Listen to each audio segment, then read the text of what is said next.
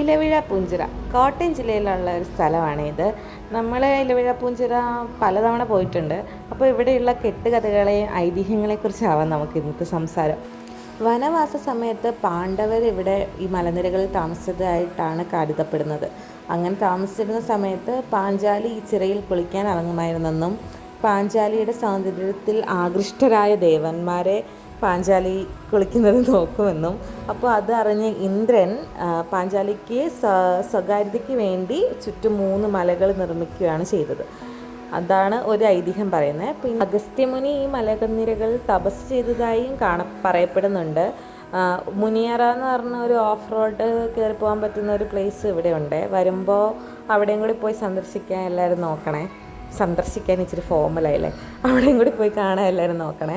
പിന്നെ വരുന്ന വഴിക്ക് നമ്മൾ മെയിനായിട്ട് 2 വഴി വരാം. നമ്മളിപ്പോൾ തൊടുപുഴ വഴിയാണ് കയറി വരുന്നതെങ്കിൽ ഒരു പകുതി വഴി എത്തിക്കഴിയുമ്പോൾ പിന്നെ full off road kind of റോഡാണ്. ഒരു പെർട്ടിക്കുലർ പോയിന്റ് വരെ ഓഫ് റോഡ് പോലെ തോന്നും. അത് അറിയില്ല എന്താ അങ്ങനെയെന്ന്. പക്ഷെ അത് കഴിഞ്ഞാൽ നല്ല റോഡാണ്. വീഡിയോയുടെ ആദ്യം കണ്ടില്ല, അതുപോലത്തെ നല്ല റോഡാണ്, സ്മൂത്തായി പോകും. പക്ഷേ അപ്പോൾ ഇനി അടുത്ത സ്ഥലത്തെ വീഡിയോസായിട്ട് കാണാവേ. ബൈ.